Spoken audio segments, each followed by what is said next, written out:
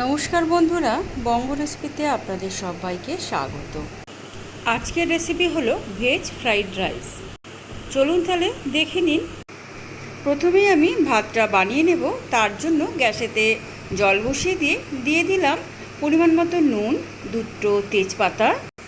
জলটা গরম হয়ে গেছে, এবারে আমি চালটাকে দিয়ে দিলাম।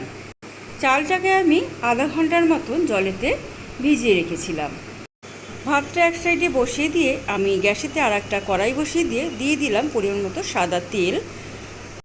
সবজিগুলোকে এক এক করে আমি ভেজে নেব।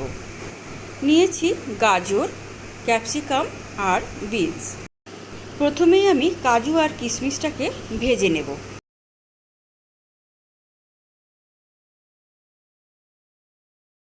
কিশমিশটাকে তুলে নিয়ে কাজুটাকেও আমি এবারে ভেজে নিচ্ছি। কাজুটাকে ভেজেও আমি এখানে তুলে নেব। এবারে আমি সবজিগুলোকে ভেজে নেব। প্রথমেই আমি গাজরটা দিয়ে দিলাম। ক্যাপসিকাম আর বিনসটাকেও একসাথে দিয়ে আমি ভালো করে ভেজে নেব।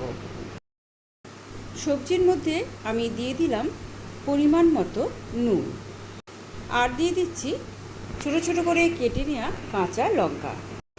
আবারও সবজিগুলোকে একটু নাড়াচাড়া করে নিয়ে ভেজে নিলাম।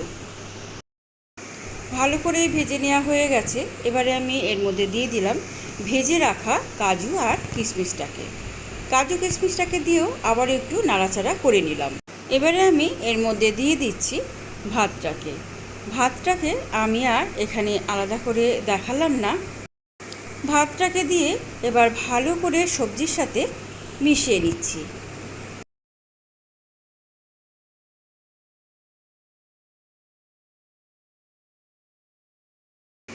দিয়ে দিলাম 1 চামচের মতন ঘি। আমার এই ভেজ ফ্রাইড রাইস যদি আপনাদের ভালো লাগে তাহলে প্লিজ একটা লাইক করে দেবেন। আর যদি নতুন বন্ধু হয়ে থাকেন তাহলে সাবস্ক্রাইব করে পাশে থাকা বেল আইকনটাকে ক্লিক করে দেবেন।